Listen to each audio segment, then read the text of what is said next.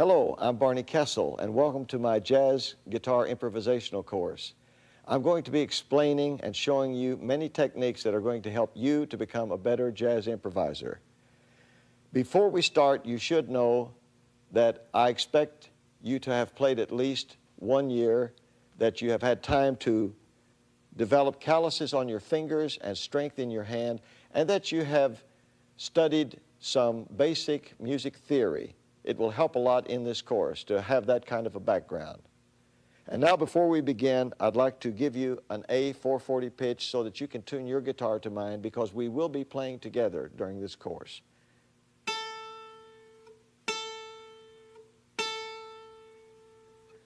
And now we're ready to begin lesson number 1.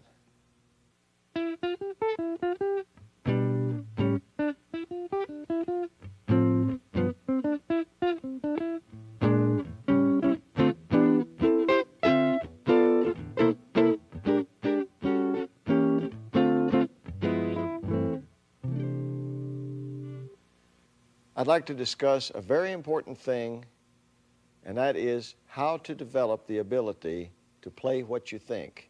This is something that every great improviser has. If you can't play what you think, then you're reduced to playing formulas and licks and devices and patterns that you see on the fingerboard. And this is very mechanical and very plastic, and it has no energy, has no spontaneous feelings, no creativity. So it's very important that you develop the ability to play what you hear. And there's 2 steps involved. One is to develop the ability to play what you hear, and the second is be sure that what you hear is worth playing. Because just because you can play what you hear doesn't mean that it has any real musical value. So those are 2 things to keep in mind. Now, the technique that I wish to tell you about right now is to think about striking a chord on the guitar without intellectualizing it, without naming the notes, without naming the name of the chord. Just play a chord and savor the harmonic sound of the chord, very much as though you were in a kitchen and you're smelling something that is just very delicious, and it smells great. It's just going to be a great meal, and you just take in this aroma and experience it without analyzing what it is. So you play a chord and you listen to it, you listen to the tonality, and let something in your mind, in your imagination, well up that is a statement, a musical line that you wish to hear in your mind that is somewhere between 6 to 9 notes in length. And the reason I say 6 to 9 notes is, in my estimation, if it's less than 6 notes, it's not challenging enough for you. And if it's more than about 9 notes, then it's something that if you were not to find it immediately on the guitar, you might get lost because you wouldn't remember a very long line. So somewhere in there is a pretty good amount of notes. So you imagine this line of music.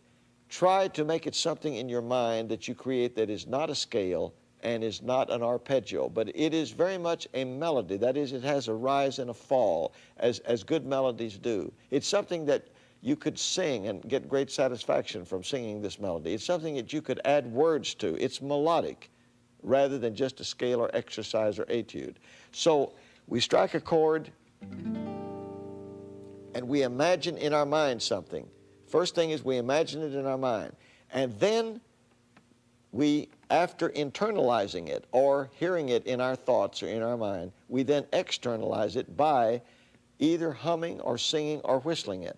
And I give you all 3 choices because many people say, well, I can't sing, so then hum, or I can't hum, then whistle. But in some way, you externalize this thought you had.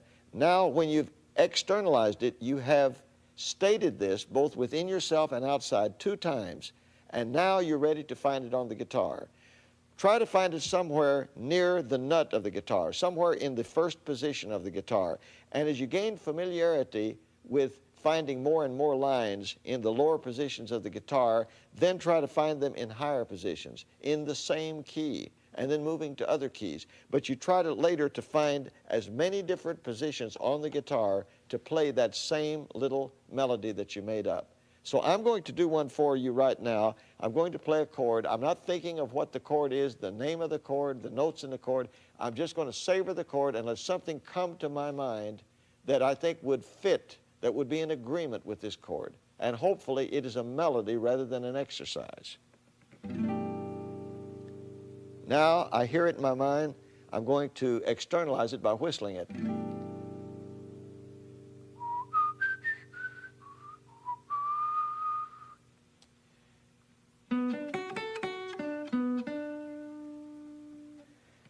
Now I'm going to do another one. I'm going to find one that's a little more challenging, a little more difficult to hear.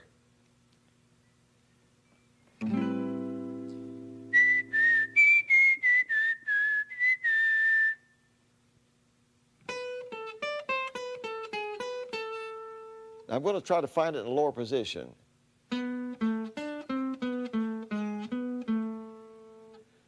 Now, sometimes you will notice I'm closing my eyes. When you close your eyes, you can hear much better. You can also hear your thoughts better. You can hear what's in your mind better when you close your eyes. And you can also hear music better when you close your eyes. So sometimes this helps. Keep that in mind. Now, as I played this, I tried to find it on the guitar. If you do not find every note right away, don't get discouraged. Don't go back to playing these licks. Don't go back to playing the formulas and these patterns that you see on the fingerboard. But remember, the only way to get good at making up something is to make it up and keep making it up and not get discouraged. And if you make a little mistake, so what? You do it over again, and each time you'll get closer. And finally, you'll reach a point where it almost seems as though it's simultaneous, although it's just a very short time span between you thinking about it and being able to play it. I'm going to try to think of something, whistle it, and play it at the same time. Now, it's not exactly the same time, but it's so fast that it almost seems as though it were the same time.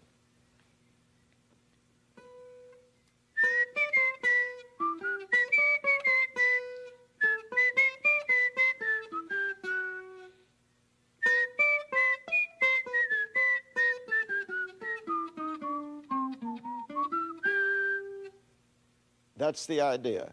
And when you get to that point, you will have really mastered the first step that's necessary in becoming a jazz improviser.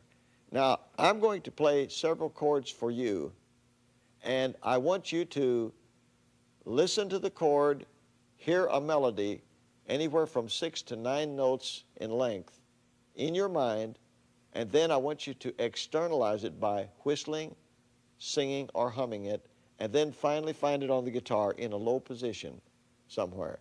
And as you become more proficient, do more of these exercises.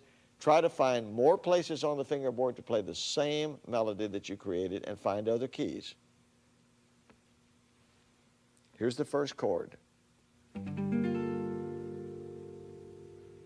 I'll play that again.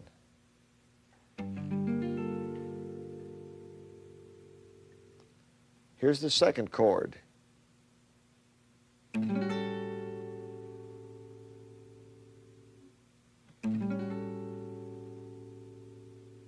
And here is the third chord.